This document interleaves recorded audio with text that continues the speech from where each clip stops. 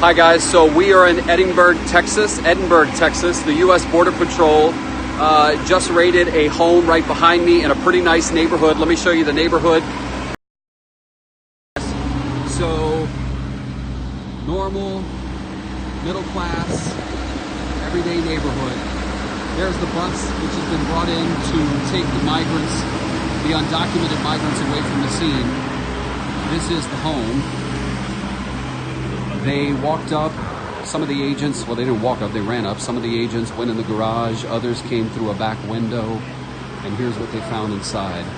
I'll be quiet while you take a look.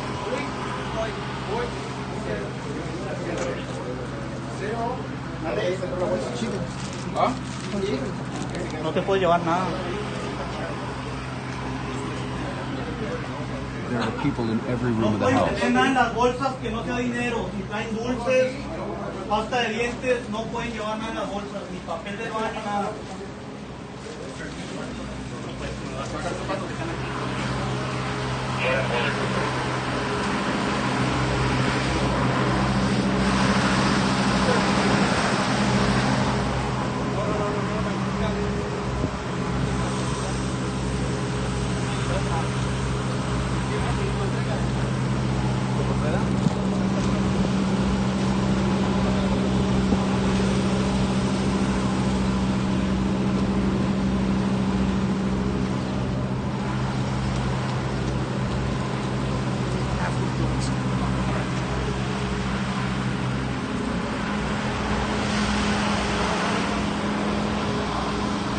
So there's water and food. We're told by one of the Border Patrol agents that someone which is known as a caretaker brings food and water, keeps it in the house here, and basically keeps these prison in what the Border Patrol Chief Deputy described as a prison of sorts, right? The person says, if you're going to get across the border illegally and get away with it, you're going to listen to me, you're going to follow what my orders are, you're going to stay in the house, not leave the house, here's the food, here's the water that I'm giving you, stay put until I come back. The reason this raid happened was because we're told a smuggler was detained. 3 people with the smuggler were also taken into custody. And at that point, officials got information about this house.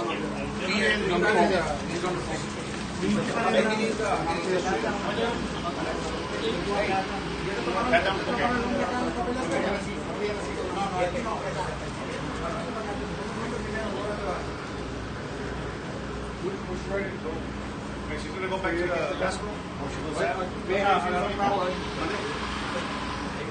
Agua. Ah, yo tengo un galón de agua para allá para que tomes dos.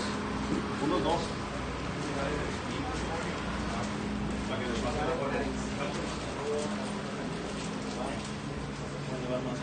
It's really hot in here. There appears to be one fan. Not insufferable, so to speak, but it's hot. It's pretty miserable. She's gonna go back.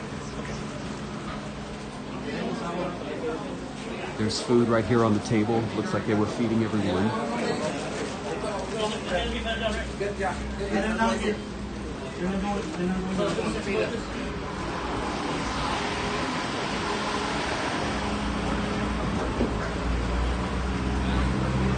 Nada más. ¿Qué tienes? Tengo algo en el closet. ¿En este closet?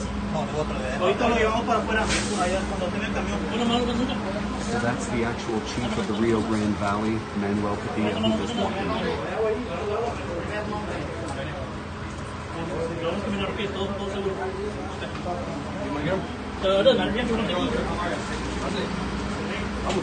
Manos.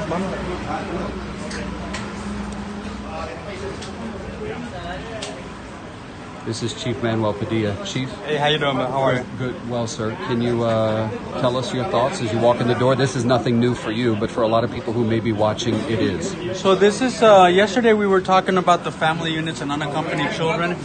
This is a population that tries to avoid us. What you're seeing here, David, is a $900 or $9,000 per person to the cartel. So about 46, 47 people here, multiply that times 9,000. That's what's going to the cartel, and that's what fuels the violence of the cartel. And the cartel's guarantee is that you give me that money and I'll make sure you get across the border without getting caught. That's what they Absolutely, tell them? Okay. absolutely. Yeah. And then you start getting into the extortion. A lot of times they'll start calling the families and asking for more money if you want to see your relative again. So, and you can see there's a mix of males and females. I would venture to say that there's a lot of Central Americans and probably fewer Mexicans within the group. Chief, there's people in every room of this house. I mean, Absolutely. every single room of this house had someone sitting on the tile. Yes.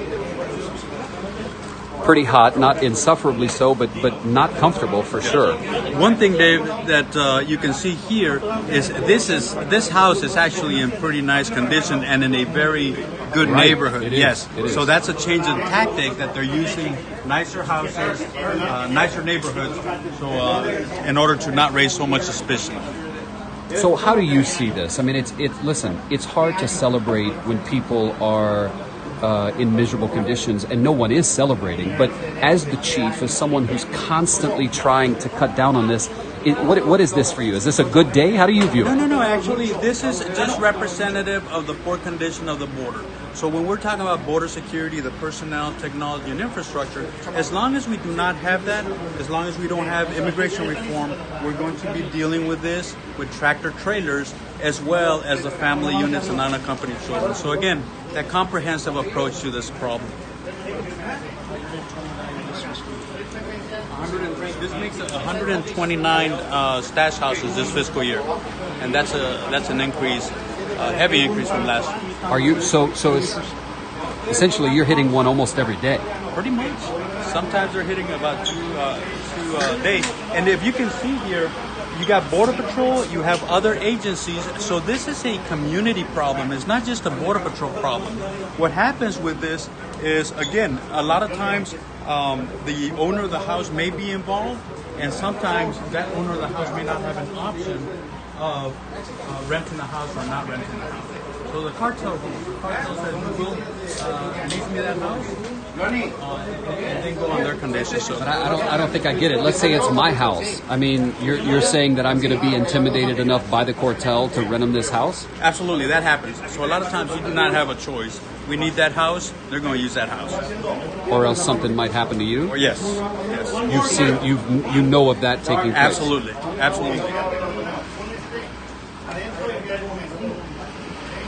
So what's happening right now is everyone is being given a Ziploc bag, and they're putting their belongings. And I have to be honest with you, most of the bags that I'm seeing filled right now have the essentials like toothpaste, a small travel size tube with a toothbrush, maybe a watch. There's not much. And they put it in the bag, and then they hand that bag over to Homeland Security. I'm sorry, they hand it over to the Border Patrol. It's in a Homeland Security bag.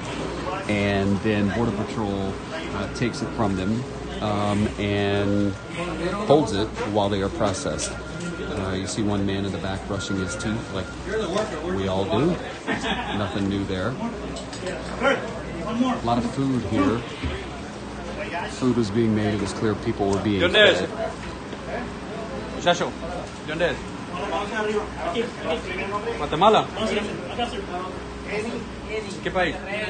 Monterrey. That's interesting. Why is that interesting, Chief? He's Guatemalan. He's from Mexico.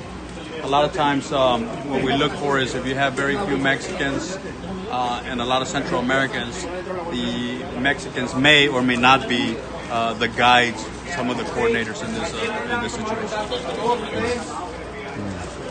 None of them seem, I mean, there's one woman crying, Chief, but all of them seem, in a way, ready. Like, no one seems devastated. It's like, okay. Yes. Some of your agents have described it as as almost a relieved look. Sometimes that is the case. We actually call them rescues many a time. And a lot of times, as I mentioned, you'll have a lot of females within a stash house. And that's where you start hearing the allegations of abuse by the smugglers. So they're still sifting through everything and see what everything is here. Hey, one more. Kurt.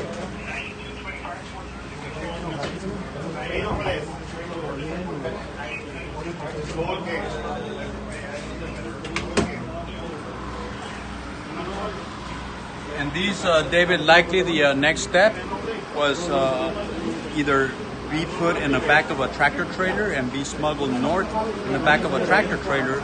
That's one tactic that the smugglers use. The other one is start taking smaller groups and making them, walk along long stretches of land where we actually lose a lot of people and rescue a lot of people. I get the sense, Chief, from your men and Chief Deputy, can I bring you in as well with the Chief? Having spoken to both of you now, we went on the ride along with you, Deputy Chief, and we've spoken a lot to you, sir. I get the sense that your men, as much as they're enforcing the law, they also feel like they're rescuing people, right? They all, because you talk about that tractor trailer Yes. ride. We know what happened a year ago in a tractor trailer when more than a dozen people were found dead. That is correct. So in a way, yeah, they're going into your custody. But for some of them, not my words, your agents have said to me, for some of them, they will be better off in our custody than they were wherever we found them. Do you agree with that, sir? Yeah, it's almost like they're in prison here for 2-3 days. You know, they can't leave. They can't talk to their family members. They have these caretakers. Most of them are sometimes armed. And so, there's this imprisonment that happens at these stash houses. Unfortunately, the conditions of this stash house are a little better than most of the ones that we find. Chief, you agree with that? Absolutely. And then you have seen the cases. Actually, there was one on 60 Minutes where people were about to, start dying, actually passing out.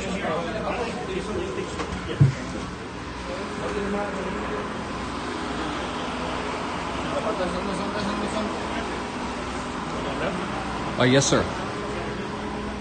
All right, guys, so just wanted to give you guys a sense of what it was like on our ride along today. Border Patrol allowed us to come with them. We heard about stash houses. We obviously otherwise wouldn't know where it was happening unless Border Patrol told us. But the Border Patrol wanted us to see what happens almost daily. Like a lot of Guatemalans and Central Americans, Honduras, El Salvador, and very few Mexicans. Very few Mexicans. What does that tell you? What's the significance of that? Because you've harped that same line to me several times over the last few days. What does that mean for people who don't understand the context? So we actually will start looking at the Mexicans and see if they are coordinators or part of the smuggling scheme. Because that's one thing that we always see is that you'll have the Mexican guides guiding the Central Americans. One thing that has to be very clear, it's again 9,000 per person going to the cartel. Somebody just wrote on Twitter, you're manipulating the situation to make it seem like these people are in danger. How would you respond to that? Well, they're really not in danger at this point yet. What I am saying is that they will likely end up in the back of a tractor trailer, and I don't think you have to manipulate the 10 that died last year. So. All right, Chief. Thank you very much. Thank you so much. And thank you for being here. Absolutely, sir. Thank you.